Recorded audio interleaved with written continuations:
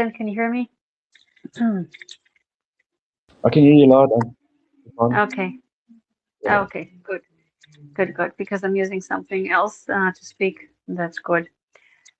I see Ram here. I gave him the mic. I'm just reading the news because we're going to talk about the Israeli, Lebanon, USA, Iran report. But before that, you know that they have donations, contributions, international donations to the Gaza Strip. Okay, to Gaza. There's Gaza. There's Gaza Strip, by the way. Um, so inside the shipment, surprise, surprise, inside wheelchairs. Defense Minister security inspectors foiled an attempt to smuggle hundreds of bags of tobacco into the Gaza Strip. The bags were hidden inside an international donation shipment. Let's see if it says where from. Mm-mm.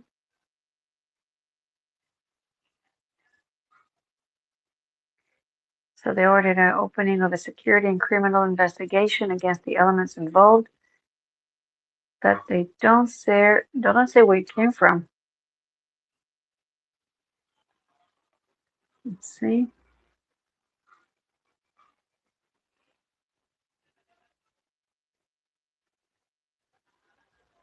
Yep, they don't say where it came from. So this is the donation to Gaza. I know what I would like to donate them.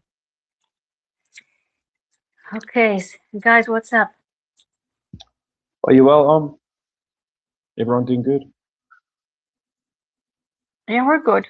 We're good. Yeah, it's not been easy there the past few days up in the north. Hezbollah has been firing drones, rockets non-stop, and I believe that even though, despite the talks ongoing at the moment, I believe that Hezbollah is still firing many rockets into the north at the moment to Acre and Kiryat Shmona. So it's very difficult for the residents up north. So maybe we can just talk about that further today, I think. Yeah, so it's not just on the confrontation line anymore, which on its own it's not good, but it lingered also to Tiberias, which is further. It's not north anymore, if you want to put it this way. So slowly they're moving towards the center. But the point is something else. Sorry, guys.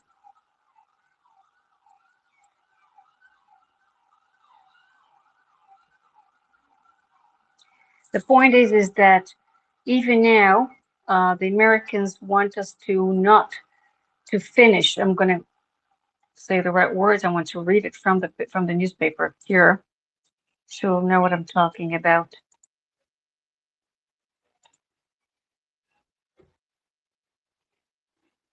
President Trump expects Israel to accept restrictions on its activities in Lebanon for the greater goal of reaching an agreement. Now, I don't know if I'm going to call it, but I'm going to call it stupidity. You cannot have ceasefire because there is no ceasefire with Lebanese, with Iranians. They're Muslims. You cannot stop it. You only stop it when the last of them is dead. I'm sorry to say. They've been firing rockets, drones, whatever, you name it. The fact that they have the ability to disrupt our sovereignty, they need to pay. The whole of Lebanon needs to pay, and President Trump needs to understand that.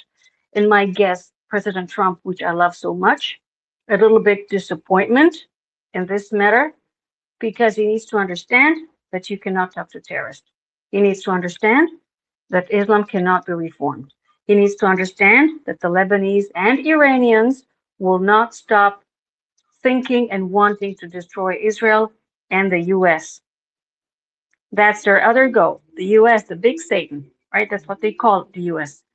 So he needs to understand that he cannot expect us not to attack in Lebanon. Guys, your thoughts?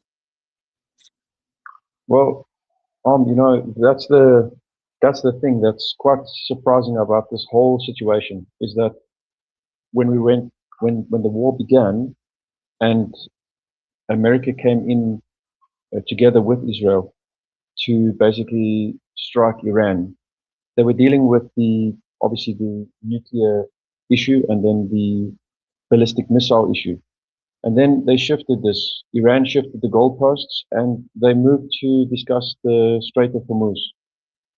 Since that has happened, and since the blockades and counter blockades, and then deals and sort of, how do you frame this? Conflict of interest with the mediators, meaning Qatar, Pakistan.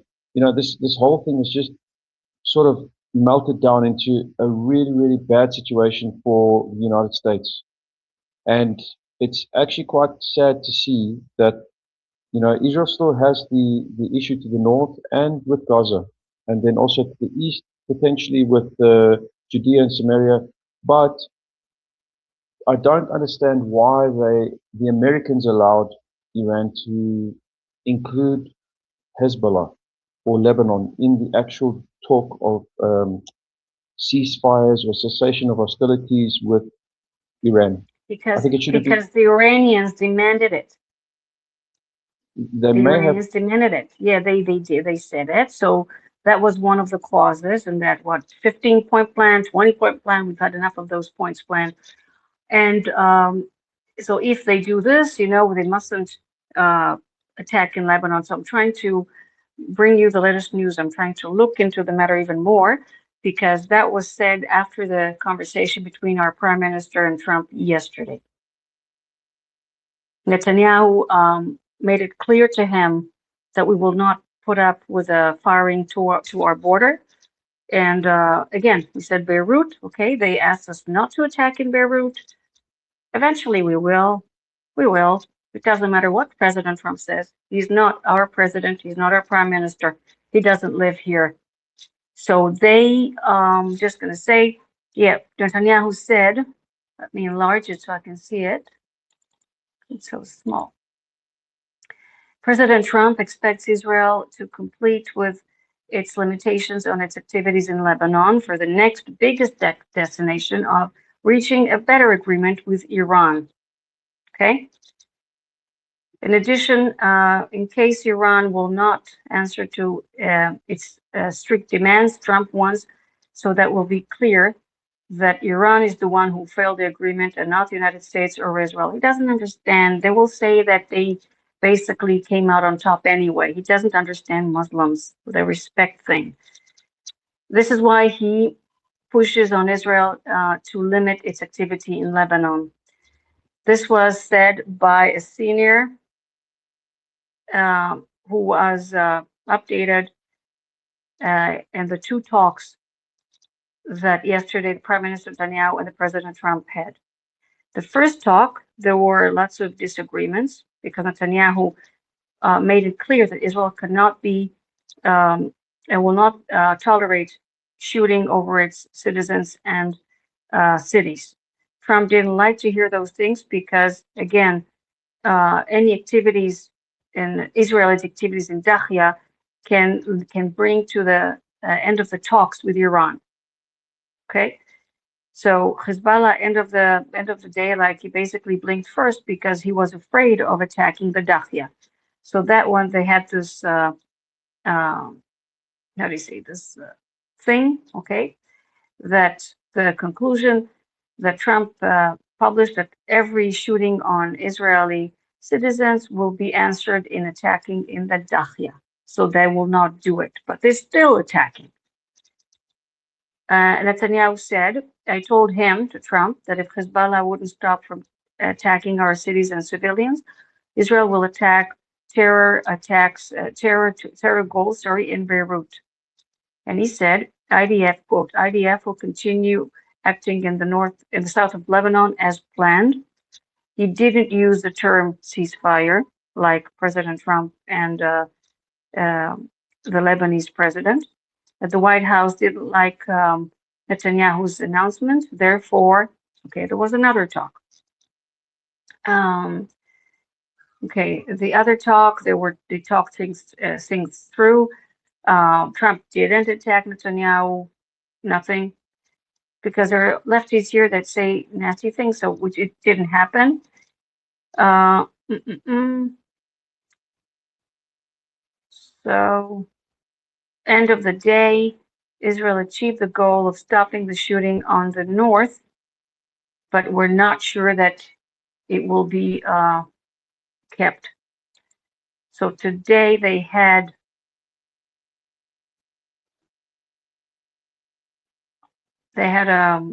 basically given a warning to Lebanon. Is it 12 o'clock, I think? Yep. Right now we're waiting because we know that the ceasefire will not last. It never does. Well, yeah, that's the one thing you can really count on them, is that they cannot keep a ceasefire. So you can count on the enemies of Israel to basically breach the ceasefire. And that goes back to the core belief on what they hold to. So them not being able to, according to the Quran, not allowed to make agreements with infidels, not allowed to take an infidel as a friend, and to be continuously at war with their adversaries, namely Israel and the West. So I think, as I was getting into earlier, and thanks for sharing all that the news on, but I don't understand why the Americans want to limit the Israelis. I mean, it's the Israelis that have got the threat directly on their border, and that is the greatest and immediate threat to Israel. And basically, an immediate threat to Israel is an immediate threat to the United States because of the role that Israel plays, for Europe, for America. I mean, I read an article a few years back that they were saying that the amount of intelligence that Israel actually provides to the NATO and to America, it's in order to replace the intelligence that it provides America alone, it'd be the equivalent of 5 CIAs. So it's a tremendous, tremendous amount of information and real-time intelligence that Israel provides the United States that they can act on and basically keep the world safe. So it's very difficult, like you said, but I heard about not just the lefties in Israel that maybe mentioned some bad things between the discussion with Netanyahu and Trump, but it was a report that came out of Axios, and Axios stated that there was some profanity that was used from Trump to Netanyahu, and I believe none of this is true. I believe it was obviously a strong conversation. I imagine that in any sort of discussion during wartime, that there would be heated discussions, heated disagreements between various nations. But I do believe that the United States remains a steadfast friend of Israel. I don't think that will change under the Trump administration, at least. But I do think that Israel shouldn't back down, and I don't think that they will. Maybe you can say something about that on, but I don't think that Israel will back down. If anything, I think they'll keep the pressure on the northern border, and they will also maybe seek to bring discussion of Iran and what's potentially going to happen with Iran in the future, in the near future at least, because of everything that's still lingering. Yeah.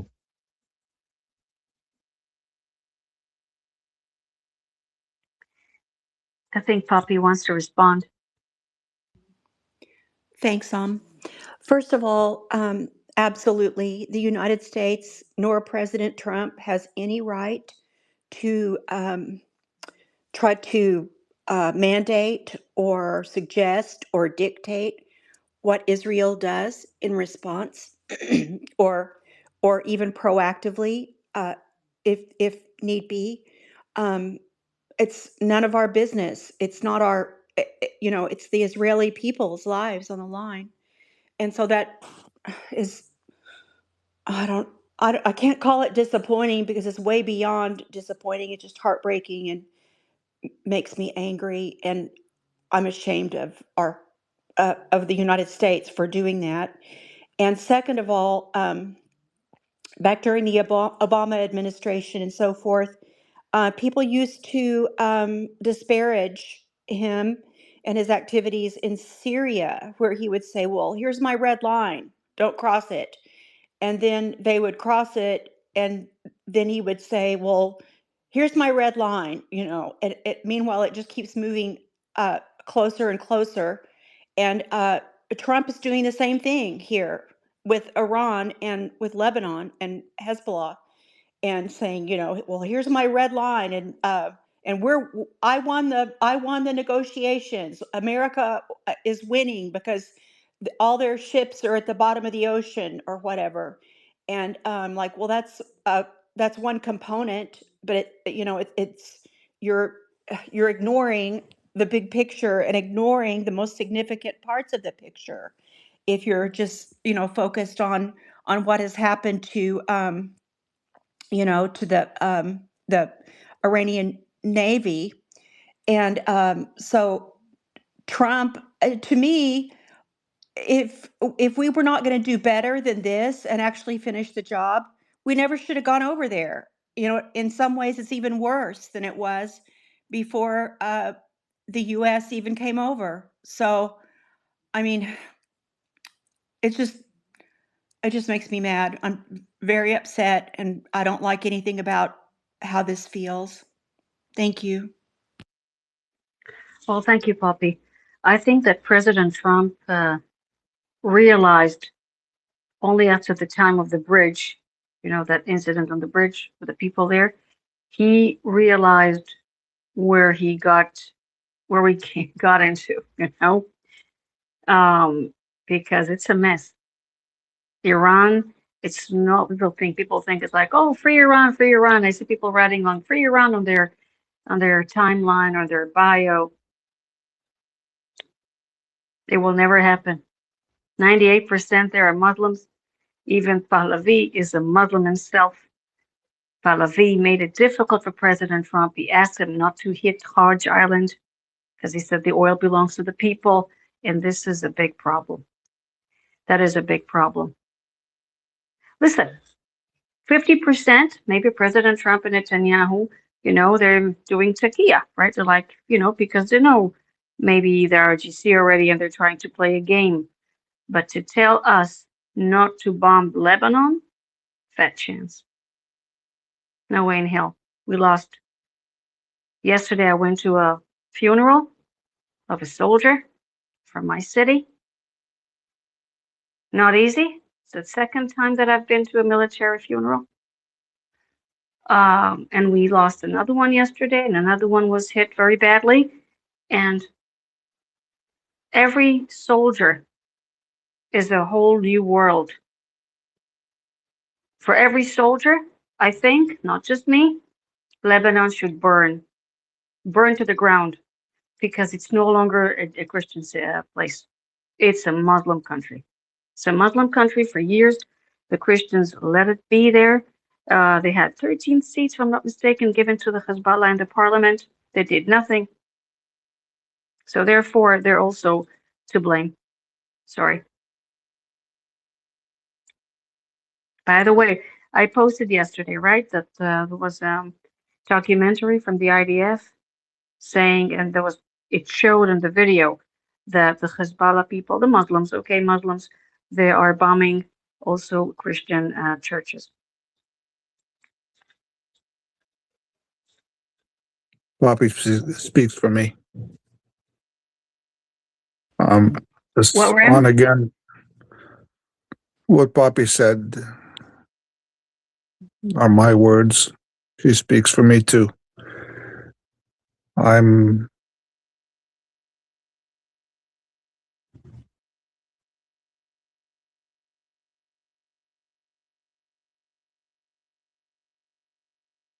So we spoke at the beginning of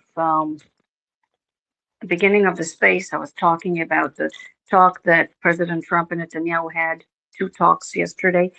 and they agreed that every time Hezbollah attacks us, so we are going to attack in the Dakhia. So now Hezbollah is threatening. This is the latest one from less than an hour. Is threatening with it's gonna retaliate for every attack in Dakhia. That means you have to understand Muslims. They provoke. They provoke. So they like, how will I say this? I said it to Justin yesterday. They're bloodthirsty cult.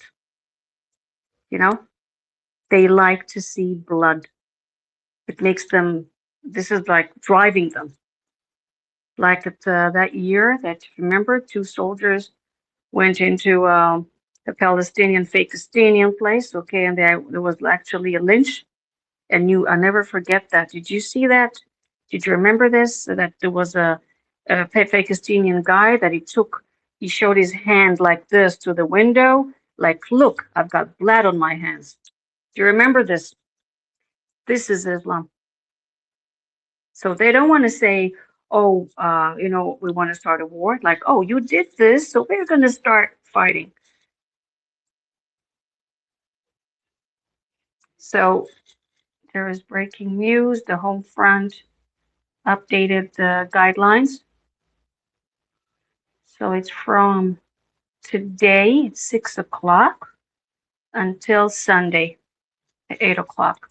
There is let's see what they say.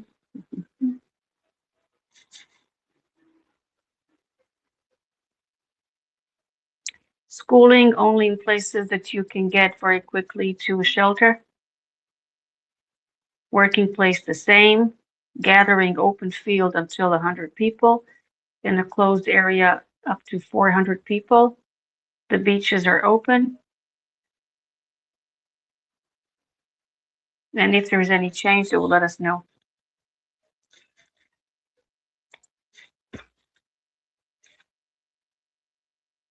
So are those guidelines pretty standard, or is that more lenient than you thought it would be on? It's Or it's basically during the slash operation slash war, rising line, roaring line. Every place of the country had different warnings, different guidelines, and it can change in a second. In a second, so you have to be aware. and so Yes, if Jim. I'm Mm-hmm. sorry, go ahead. Sorry, you I, wanted to say something. I was just going to ask you, so if they do change that suddenly and without warning, um, uh, how do they convey that quickly to everyone? Will you get a We signal have on your phones? If there is a signal on the phone like that war, everywhere on TV. They've got an app. So let us know.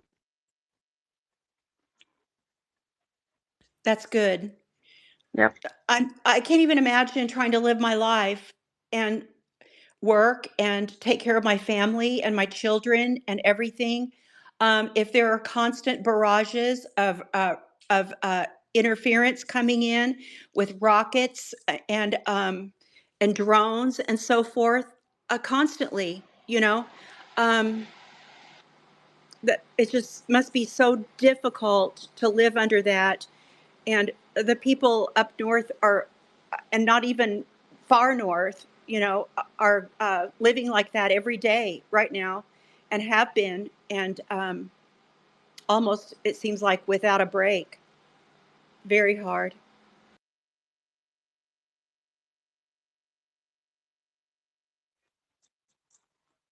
Yeah, it's not easy. But even with this, I think the safest place is Israel. The safest place because overseas they don't have Iron Dome. They don't have um, safe rooms. They don't have magnometers wherever you go. And this is scary. Listen, you in the States, you go somewhere, anybody can come in with a gun and you start shooting. Here, whenever you walk, every mall, every clinic, they check your bags, everything. Let me tell you something even further. If I go to a governmental office, okay, it's the entrance before they have the magnometer. If you have a bottle of water, They ask you to drink the bottle of water next to them. They want to see you drinking the water. To make sure it's not something volatile and explosive. Yeah, yeah. Justin, you raised your hand. Thank you. Yeah, I agree with Poppy on the level of stress, that the Israelis have to endure. I mean, you have your normal life to deal with, the stresses of life, and then you have to deal with wartime stresses, which is something, it's very difficult to describe even.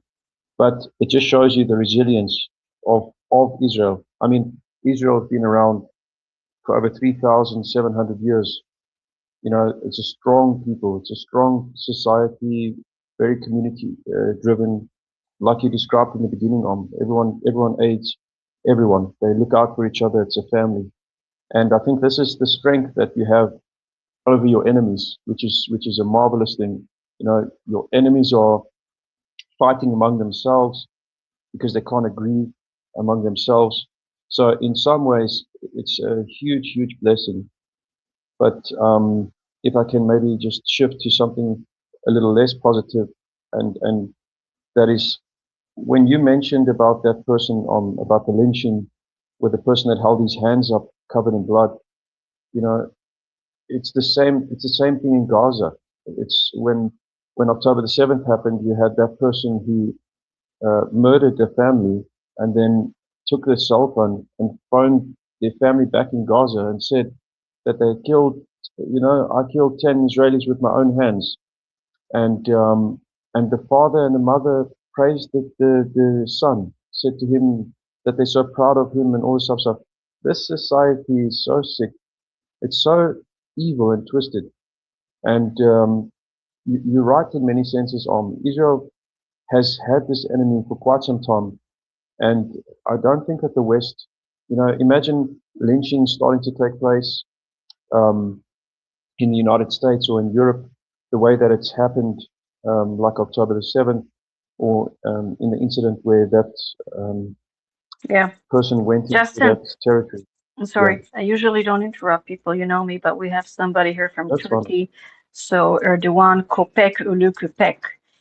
So I wish Erdogan to die very soon to meet his maker. You're blocked. He had the audacity of having the fake Palestinian flag. Sorry. No, I totally agree with you, I totally agree with you. I think that I didn't want to really pivot into that at the moment but I do understand that Turkey in the long term, or maybe even in the medium to near term, poses quite a concern. So yeah, it's good. They're not welcome. They're not welcome because, like you said, these people have got like no soul. They bloodlust people. I don't understand this. It's very difficult to describe to the Western world a group of people who literally their whole culture and everything is surrounding death. So um, they complain when you kill them, and maybe I can shift into what I wanted to talk about with Lebanon, and that is that they provoke. It's almost like they come and they prod with a stick in Israel's side, and then when Israel responds, and this is the same. This is true for Judea and Samaria, true for Gaza. It's true for even Iran. It's just how they are. They poke and prod, and they draw into a war. They want to drag every single person into war with them. And the moment that they get into this war, they're capitalizing very, very much so in the media. In the times we live now, they understand that the public sentiment, public opinion in the West is very, very important, and they play on this. They want to show the world how they are being sort of struck and damaged, and the world must feel sorry for them. And by doing that, then they believe that Europe, for instance, will open up their arms and say, yes, come and join us, be part of our societies, you can flee for safety. And for the most part, they have had some success in that because we see the problems that is in Europe at the moment. But it's just, the people need to understand that maybe going to listen to this recorded space and also on YouTube that they shouldn't fall for the propaganda of these people. These people know exactly what they're doing. They basically draw people into a conflict with them, and then when they get killed, and make no mistake, they've got no problem dying because they say that they call themselves martyrs, and as long as they can kill any person who they deem to be an infidel, basically somebody that's not Islamic, then basically you have to die. You have to submit, convert, or die. And the only time that they want to die without complaining about it is if you don't kill them. So in many instances, people should remove them and do them the favor because it's what they want. So sorry for going on too long about that. Maybe I was rambling a bit, but I think that part of this whole angle is also the media side of it and social media and getting people in Europe and in America to understand that these people are poking and prodding all the time, relentlessly. And it's very difficult to fight people like this, especially when your own public doesn't understand what they're doing and then tries to basically uh, hate their own countries for doing the right thing. So yeah, thank you. I'll land my plane there. So Thank you, Justin. thank you, Justin. Um, it seems like Iran has managed. The United States started out on the offensive, and Iran has managed to flip the narrative to where, and in fact, reality to where President Trump is on the defensive. He's playing defense now instead of offense, and uh, the media wants to be manipulated and allow themselves to be manipulated by Iran, and so that's part of the problem. But I think the main part of the problem, like you were alluding to previously, it is nearly impossible for the average American, or even probably for the president. We've lived in safety here for so long, you know, literally, like, I mean, Pearl Harbor was struck, in the 1940 or whatever, 1938. But before that, the last war here was the Civil War in 1862.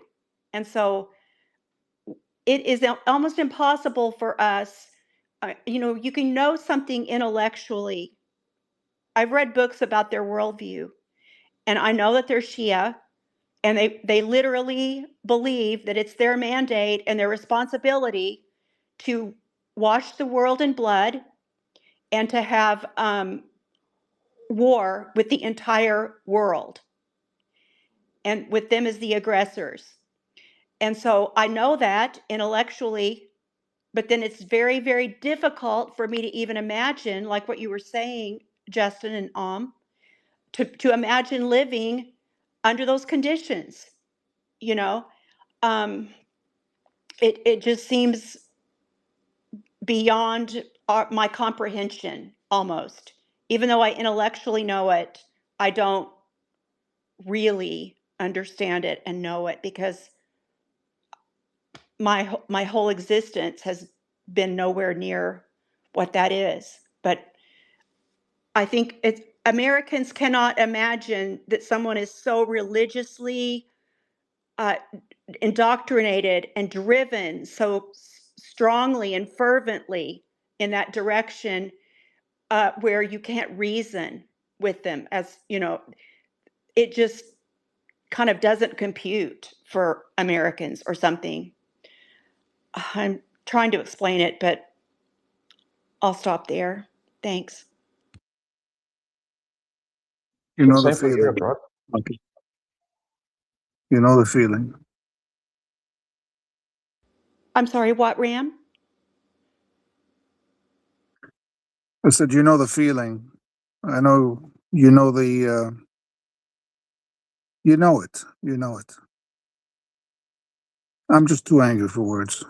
I really am. I'm sorry, Ram. I know. I understand that.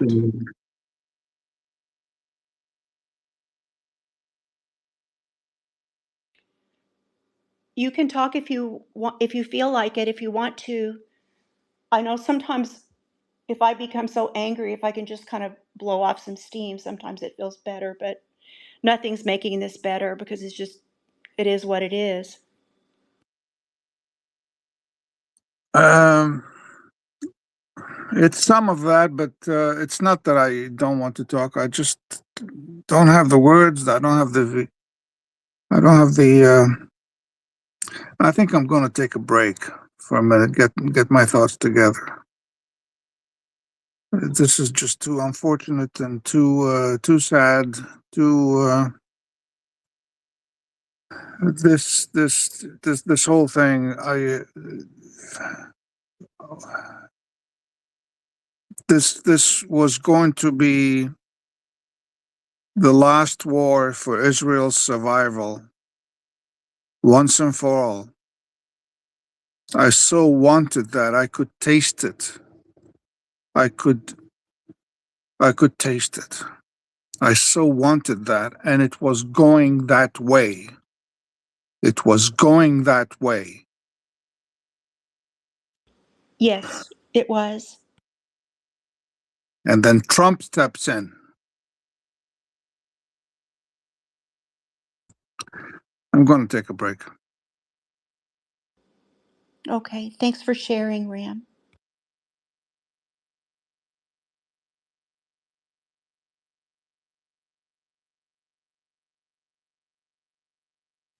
Maybe I can just interject here as well a little bit. Sorry, Ram. That's really, it's not easy. You know, the Israelis have dealt with far more than they deserve, than they share. And as a matter of fact, they've done the world a very big favor by basically being brave enough to basically take this war on almost single-handedly, you know, in the name of defending the rest of the world. So, you know, the Israelis definitely deserve to be honored rather than to experience some of the things that have been said about them, especially in the mainstream media. But no, it's not easy. But having said that, you know, Israel is going to be here. It's not going anywhere. And whether they find an administration in the United States that doesn't give them the necessary support, you know, they will not be the ones to suffer, if I can say that. It will be the rest of the countries that will suffer. Like I mentioned, you know, if Israel decides to forego giving intelligence to its allies and its partners, it will not be Israel that will suffer. It will be those various countries that will not be able to protect their civilians. They'll not be able to know about terror attacks or imminent terror attacks that will take place within the United States or within Europe. We know we saw what happened in Australia with Bondi. I believe that even in that instance, Israel had been warning the Australian government, and the Australian government totally ignored the warnings that Israel had provided them months in advance, I believe. And, you know, it just shows you that I think that if Israel wasn't on the front lines, I think that the world would already be in the clutches of Islam, number one, but also we'd be staring down the barrel of potentially nuclear war, a global nuclear war, because they would get their hands on countries' nuclear capabilities.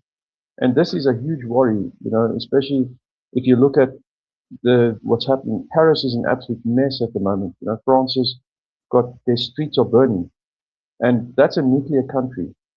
And if people like Emmanuel Macron and his government don't get a handle there soon, you know, you might land up in a situation where either France is totally basically toppled, or worse still, a nation like that like hands over its capabilities.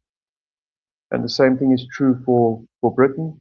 And maybe Germany has got some time, but Germany has also got problems.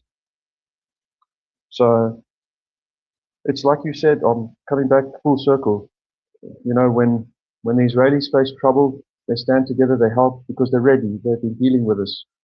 It's quite sad to see that the rest of it has come to the world and they are unprepared, totally unprepared.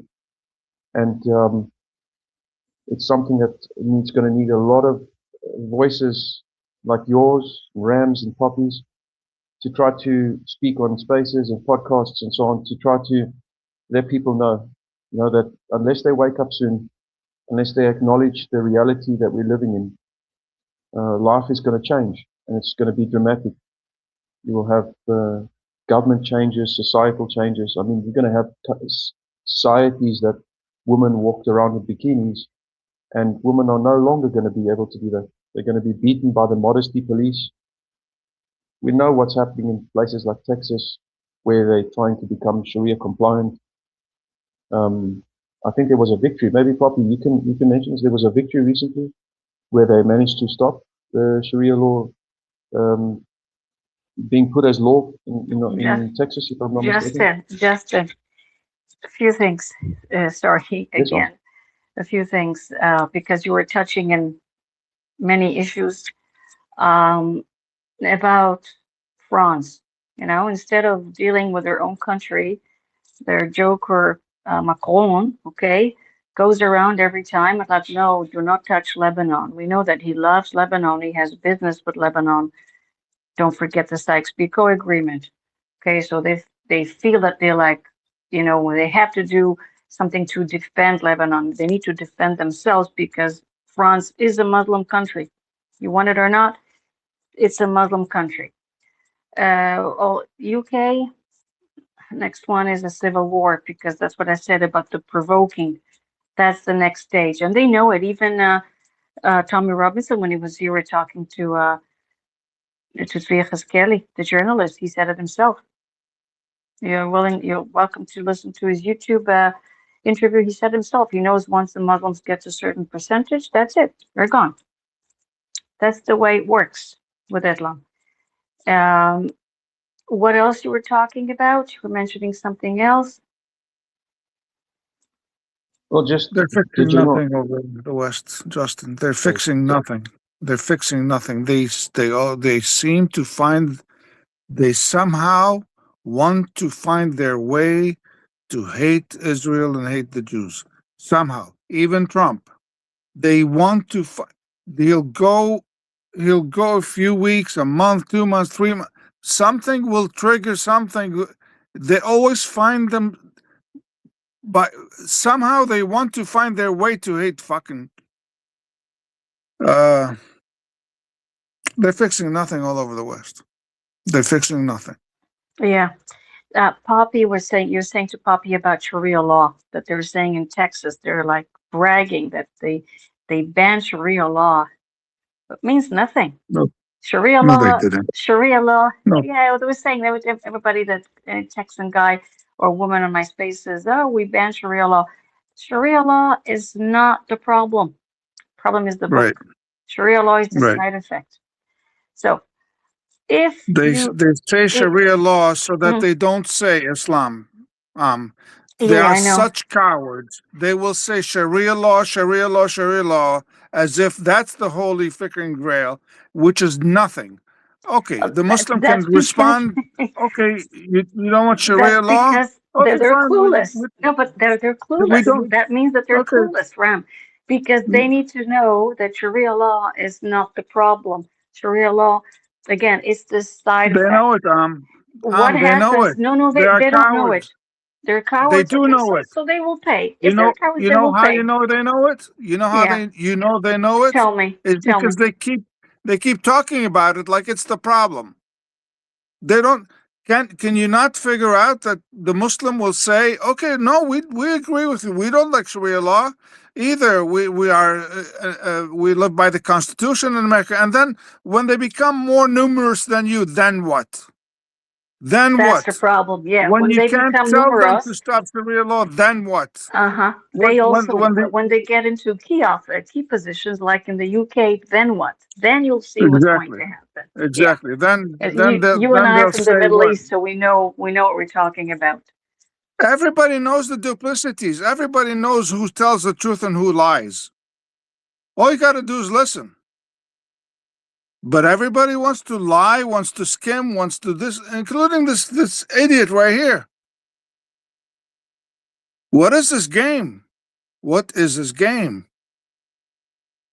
I don't like roller coasters. I don't like it.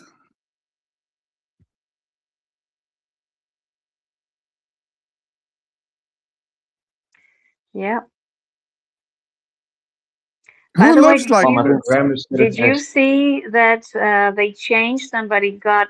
I'm going to write a post. I'm going to tag Elon Musk. It's not just Wikipedia that they changed the meaning of Am Yisrael Chai. That means the people of Israel live to Israel is wrong. Did you see that? Yeah, you were talking about it earlier. I caught Mm, that. And you know yeah. what else? I was talking about something about whatever they do with the messaging system. One day, I got a DM from a friend on Twitter, and I responded to her. And she responded back. She said, "I didn't write that DM. It was in the DM. She wrote to me." And I responded, and she said she didn't write that DM. That's when I found out this happens. That people hijack people's names and do stuff with them. That's when I realized this is a problem on X. Yeah, but So listen, we spoke so many times. Also yesterday, space I spoke about the fake IDF accounts. We also mentioned those links that people are being sent, and they click on the link, and it's stupidity, 100% stupidity. When you click on a certain link, like vote for me, I'm going to go on a to be a co-host. It's a joke, right? So when you yeah, do that, you lose your account completely, right. and then I've seen that yeah. recently. But before the link thing, I'm describing to you what happened. There was no link to click on with that lady that I'm talking about. But then they started doing this, and a friend of mine, also Shelly Curious, also I haven't seen her online for a month, and one of her DMs was something about that vote for me stuff.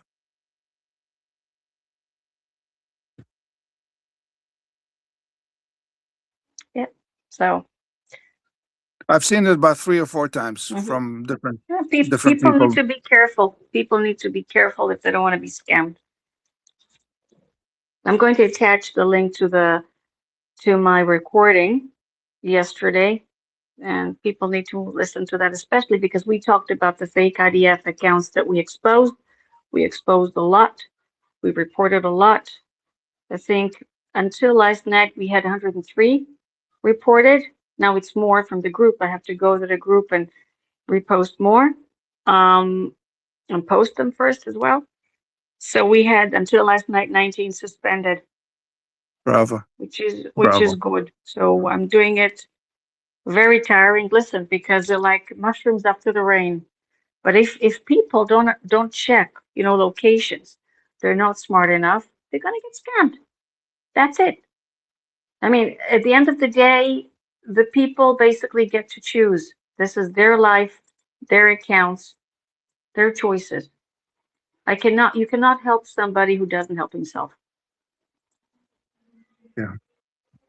So let me read to you that another terrorist was eliminated. Now he's in Goatsville. That terrorist kidnapped the late Hirsch Goldenberg, Elia Cohen, Alona, and Or Levy. He kidnapped them from the Nigunit in the Reim intersection during the massacre on October 7th. So he kidnapped them. And He his was father, involved in that. So I don't know, the and guy's his dead. father, and his brother, and his grandfather, Mm. They the all need to die. kidnapper, the whole They fucking all need to die. family. Yep. Everybody. That's the thing. It's not just the Hamas. It's all the Gazans. They all took part. Everybody took part. All the Gazans. They worked in the fields of the Israelis. They drew maps. Everybody. It's not why it's not just the Hamas. Even the hostages told us. Even when their hostages were released in that horrible ceremonies there, you saw the Islamic Jihad together with the Hamas. They're all together. You may All of it. think that they don't like one another, but they have one common enemy. So I don't believe them. No Muslim is good. In Germany, so they decided in Berlin, the Senate of the city Berlin, that the mayor of Berlin suggested, and therefore part of the street, it's hope I'm going to say it correctly, Dorothy Straße, will be named Yad Vashem. Well, that's nice, but well,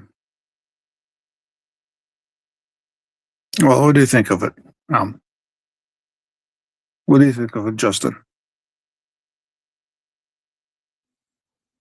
Well, like you said, and Ram, it's the sentiment of naming so that you memorialize the families. But I think what you were going to get to and why you're asking is obviously because you can't replace these people. You can't bring these people back, and this is something that's not acceptable.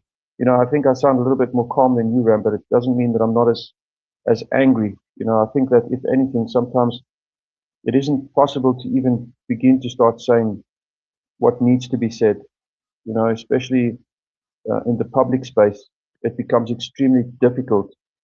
I know if I have to view or voice exactly my sentiment, especially from the country I come from, I will probably land up in prison.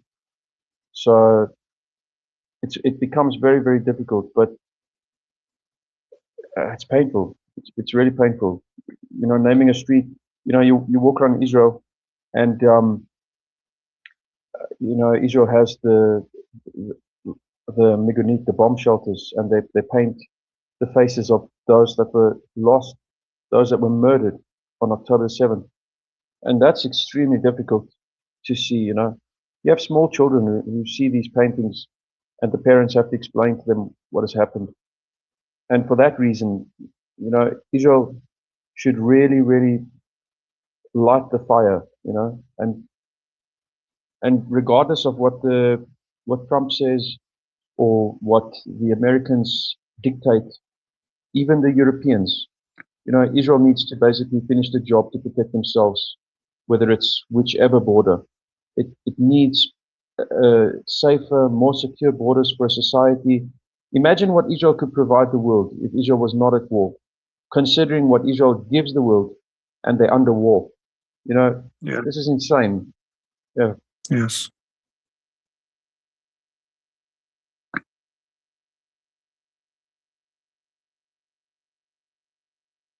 It's just too unfortunate, man.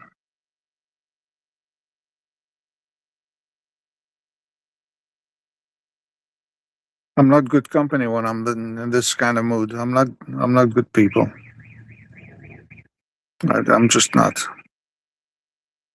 I think most of us aren't, Hiram. Most of us are not. But you have to push on, and you have to keep on carrying the torch to speak to people and keep letting them know.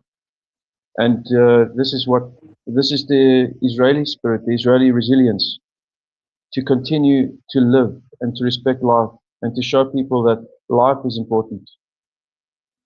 I know Arm knows a thing about this. Arm, in many ways, is a very strong inspiration to the rest of us because Yes, she endures so much, but so strong, and just loves life, just so full of life. that's the thing. I have to find my way to.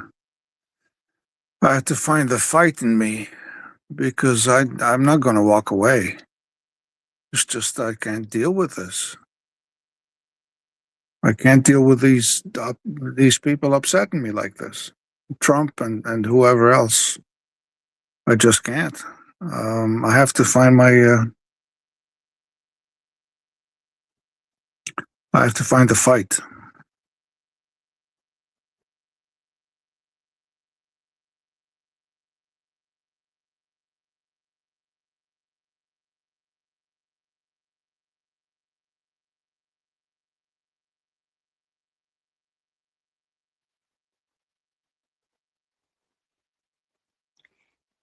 Guys, I want to thank you for being with me today.